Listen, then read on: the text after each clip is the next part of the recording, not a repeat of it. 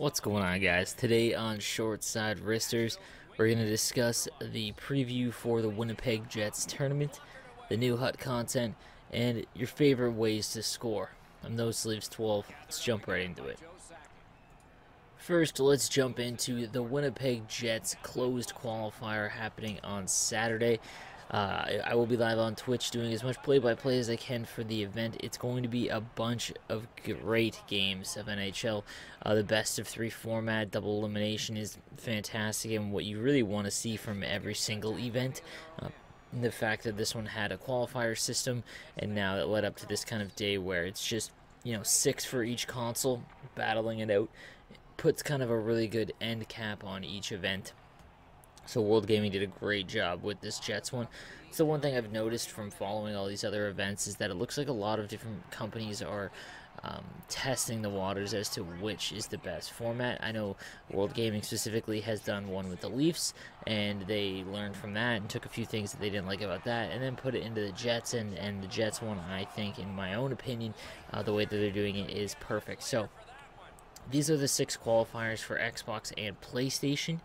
For Xbox, basically because there is 6, the top 2 or the each one that each representative that won an entire qualifier the previous weekend, they don't have to play the first round. So it's HK and Mivians on Xbox. You guys both know them if you've watched anything on Twitch or just been around lately in NHL. Mivians, one of the most famous eSports guys for NHL, and HK is being a huge riser among the ranks of top players. In third, we have Ethan.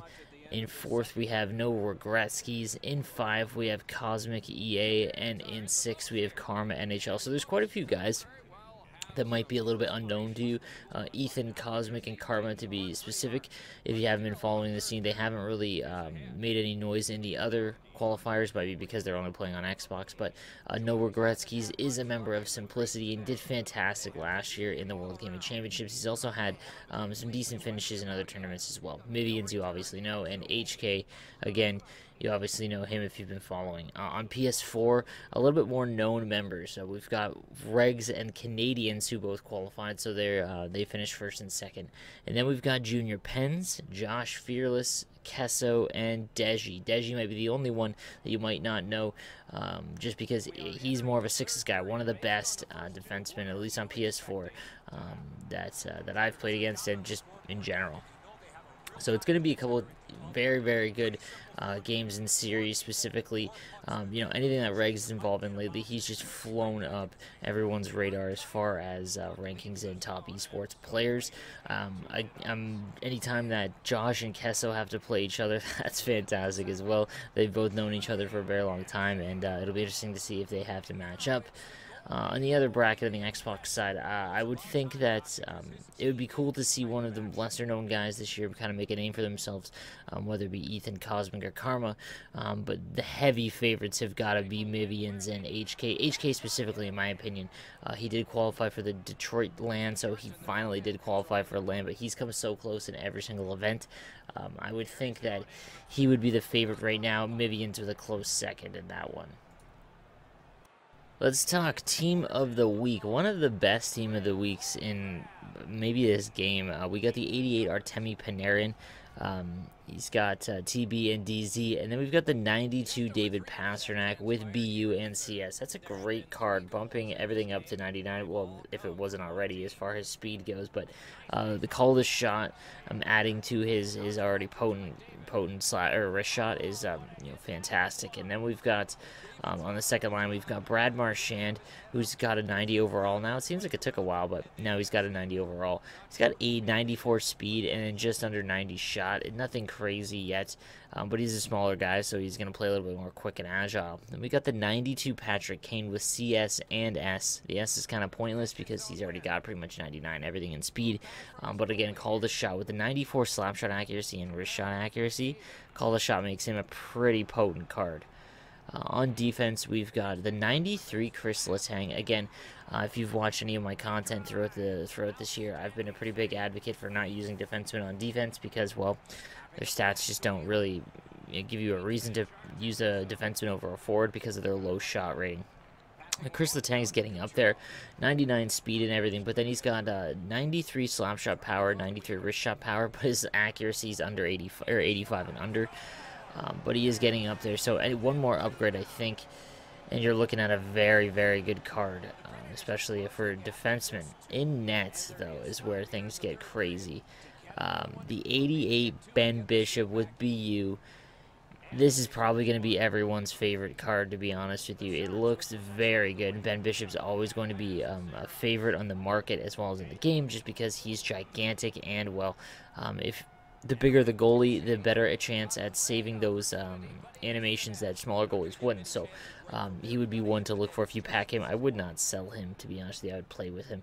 All the other teams of the week, outside of the Pasternak, the Kane, and maybe the Marchand, as well as the Letang. Even the Letang. I'd probably sell the Letang, but everything else I would sell. But that Pasternak, Panarin, and Kane and Marchand look great.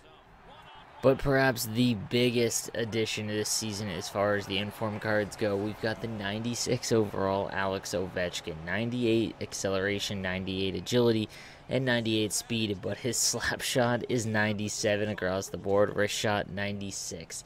This card is a monster.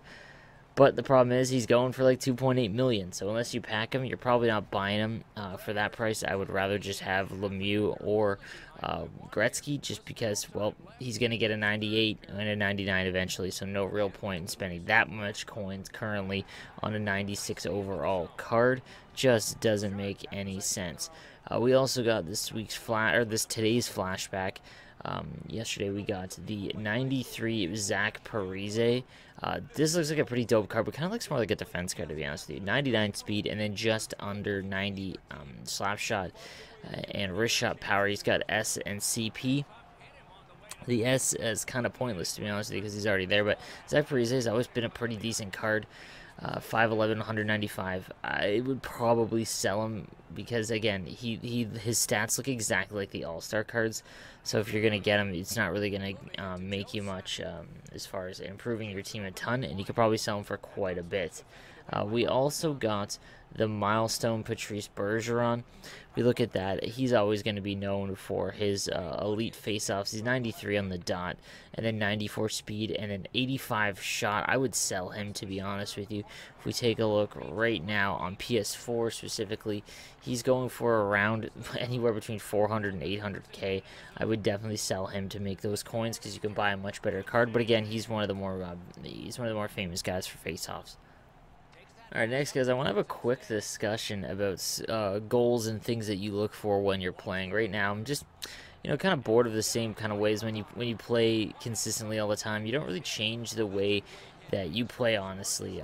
I use this analogy a ton. It's like going to the driving range and practicing your shitty swing. If you've smashed 300 balls, all you've done is practice your shitty swing. So if you're playing in Hut or Versus and you're just kind of doing the same thing, not really trying anything new, you're kind of just doing the same thing over and over again, not really improving. One of the goals that I've found to be just the most effective this year, maybe whether because of my Hut team being so, fantastic, is just the far side point shot D-to-D one-timer.